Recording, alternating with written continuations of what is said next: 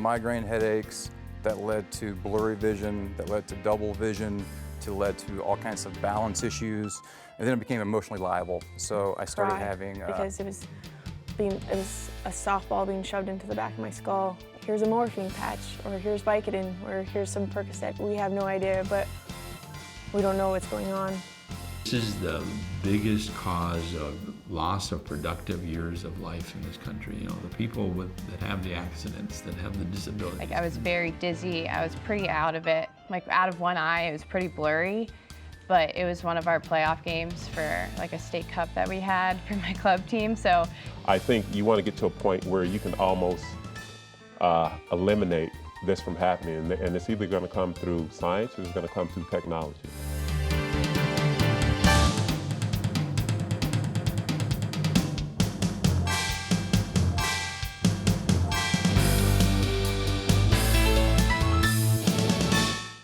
Again, welcome to a very special edition of Living Well with Montel.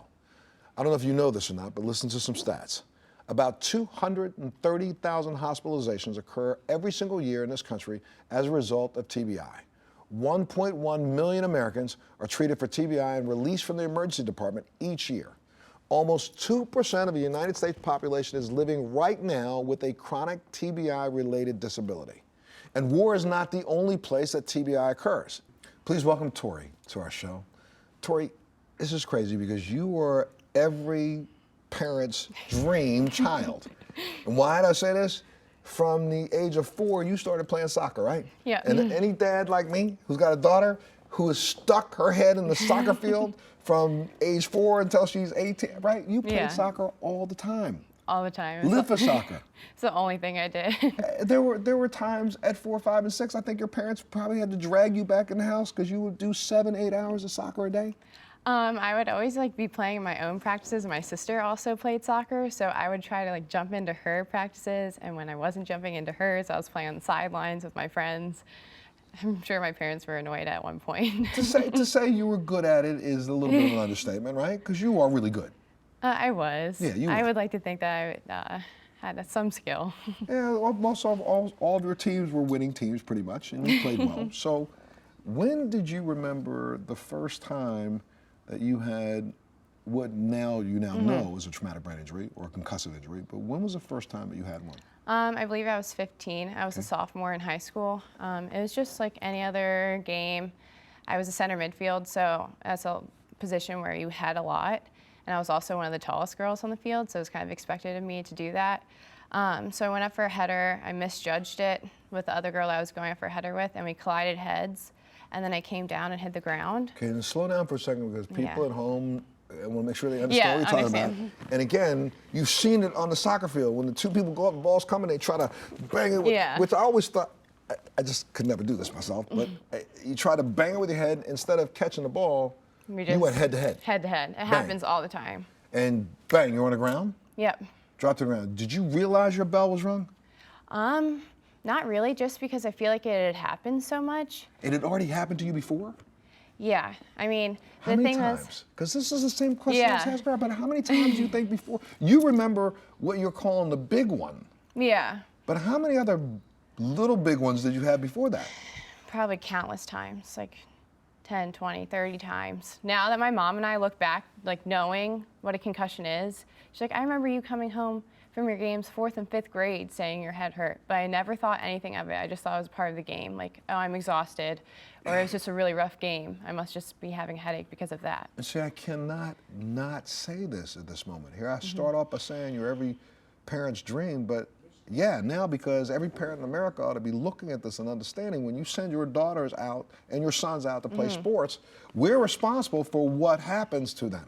Yeah. And it's important that more kids and people talk about what's going on in those fields because, we have a whole generation of parents who want to see their kid be the next great thing. Exactly. And there's paychecks that come along with it. And unfortunately, what we don't understand is that we can suffer a lot. For sure. So it happened, the first time it happened, did you go home and tell anybody? Mom, my head hurts? I told my mom. I said my head hurt, but like I said, it never even came into my mind that it could be a concussion. I just thought I had a rough game. My head hurts, I'm tired. You didn't pass out. No. So I should say to everybody, you got right up, and they shook it off. Yep. And and went kept back out playing. on the field and kept playing. Yep. Right? Mm-hmm. You played the next day and your head hurt. Yep. The whole ride up there, my head hurt. I just thought it was because I was tired once again, so I took a nap in the car on the way there. I thought I was fine. And then that game, the same thing had happened, but I think I had more of an impact from hitting the ground than hitting someone else. Wait, so you go to game 2. This is like a Yeah. weekend game. Yeah, you we do always- it again. Bing, bing. Jump up, gazelles. Hit, smack heads. Yep. You hit the ground this time. Yeah, the ground was, I think, the worst part of that, rather than hitting someone's head. So you stayed on the ground now for how long? Probably not even 10 or 15 seconds. Not enough for anyone to recognize that I was hurt. Like, coaches were there, players were there, no one thought anything of it. So you got up and you now played the rest of that game. Yeah, but that time I knew something was wrong. Like, I was very dizzy, I was pretty out of it. Like, out of one eye, it was pretty blurry. But it was one of our playoff games for like a state cup that we had for my club team. So in the back of my mind, I was like, this is way more important than like what I'm feeling right now. So I kept playing. And then at the end of the game, I knew something was really wrong. And, you know, I stop here and I'm thinking, you were 15 years old. Is this Yeah. the pressure we put on our kids now? I mean, it's a so pressure. much. It's Well, we put it on yeah, you for but you I to put it think on myself that, yeah. also. It's Yeah. the double. It's the pressure Sure. from your parents, the pressure from your coaches, but it's also the pressure from yourself because you want to do well and you want to contribute to your team. So you just Absolutely. keep pushing on. Okay, so how long did this is 2 in a row? Yeah. Are you counting this as one? No, I'm Okay, you counting count this as a 2. Okay, Yeah. I'm glad you're. I'm getting to the point here. So okay, Yeah. so that's 15. Season ends, or do you have another one before the end of Oh, that season? Season never ends at this point. Right. When you play club soccer, you play all year round. So I was playing all year round and on a high school team. So that night I went to the hospital. They said I did have a concussion and I had whiplash. So I was put in a neck brace. So I took off maybe a week and a half. What? Yeah. And again, see, I can make light, and I want to get information out, but I'm mad at me because, you know, as a parent, I remember pushing my kids. And, you know, how many times did I don't know if they came home one time and said, I have a headache, but I'm telling you, every time they came home with some little gripe, it was like, You're I'll like, shake it "Oh, off. Let's something go, else." come on. Yeah. Right? Yeah, So exactly. that's your attitude. So we have the 2 in a row. When's the next one? It was fall of my junior year. So I was 16 years old. But at the half a point. year later. Yeah, not even half a year later. It was a playoff game for my high school team, so it was another important game. Okay. It's the same thing that always happens. I went up to head the ball, headed someone else, and then came back and hit the ground. And this always time, now did anybody see? Coach sees it? Is this the same Yeah. coach? No, and this is different coaches, but All right. my coach was on the opposite side of the field, but my mom had saw it from the stands. She knew, because obviously this has happened before, she knew something was up, but the way I shook it off so quickly, they didn't think anything was wrong. But like on the inside, for like 20 seconds, I was like, where am I? What am I doing? I had to look at my jersey to realize, You were playing oh, soccer. I'm playing like my high school game right now. But then once that clicked, everything was fine, and I thought everything was fine. So after the game, I decided not to tell anyone because we had won, so we were going to the state semifinals, and that's like one of our biggest games. So I was like, I know what happened. I know it's a concussion. I'll take it easy at practice. I'll tell my coach that I'm just not feeling well. Until one day I was at lunch, and I was eating something, and I felt like a crunching in my skull. And when I like put my hand up to my temple, I could feel it crunching, and I was like, that is not right. I don't know how that happened, but something is wrong with my head. So I went to the front office because my mom worked there, and she was like, that's it, we're leaving. We went to one of my concussion doctors, and they're like, we've never seen anything like this before. You shouldn't have been playing. If you got another one that game, like that's potentially fatal. So luckily, it just turned out to be fluid that was in my skull from the concussions. impact, but they thought it was going to be a skull fracture. So luckily, I walked away somewhat unscathed, but I wasn't able to play, which was super detrimental to me. But obviously, it's way more important. Way more important. Yeah. But okay, so now let's slow down for a little bit because was the crunching the only thing you noticed? Did you notice any forgetfulness? Did you notice anything I mean, I else? was off. Like when I was at school, it would be, like she had mentioned, I was super dizzy walking up the stairs.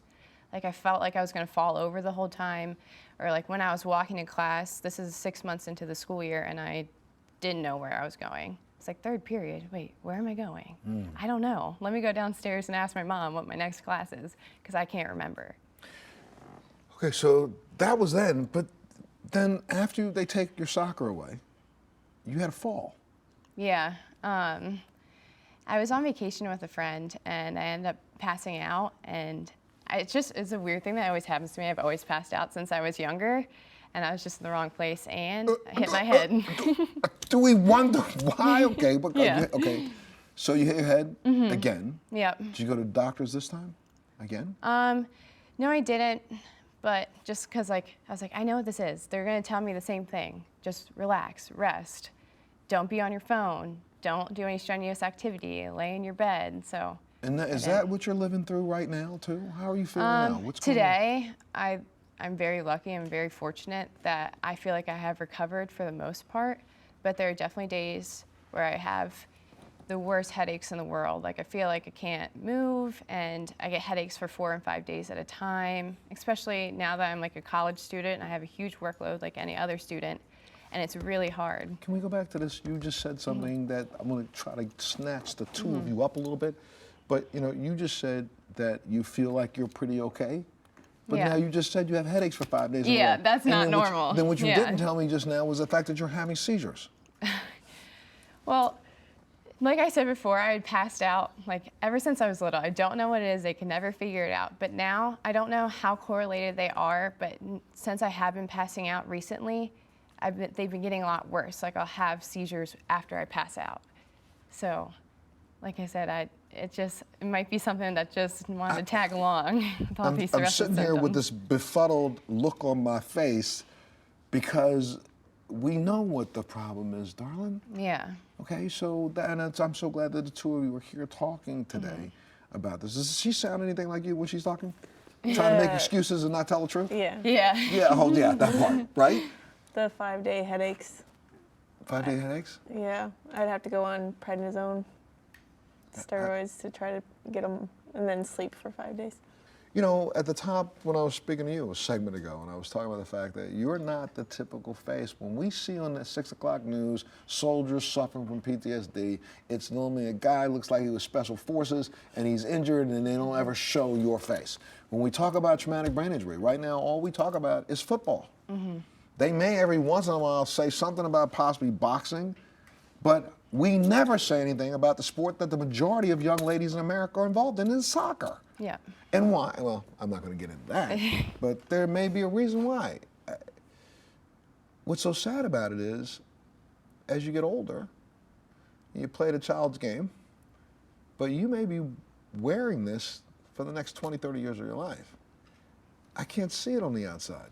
How tough is this really on the inside? There are other young ladies at home who are sitting in the mirror like you did. They played soccer throughout their school years. They haven't even said a word to their mother or their father about the fact that they passed out last week and they don't understand why. Exactly. I mean, I feel like a concussion is really a silent injury because on the outside, it doesn't look like there's anything wrong. You don't have a cast, you don't have a brace. Everyone's like, oh, you're fine. Like, you seem okay, you seem happy, but when you get home, you may close your blinds and lay in your dark room for hours and days at a time. There's plenty of people I know that have suffered concussions, including myself, where you want to put on a show on the outside to your friends and your family that you're okay, but when you get home, you're super depressed and super anxious, and you don't really know why you're feeling that way, but you can't help but feel that way. And that's almost so uncontrollable, right? I mean, let's say, I know you mentioned the fact that bright lights or really loud stimuli can throw you off, right?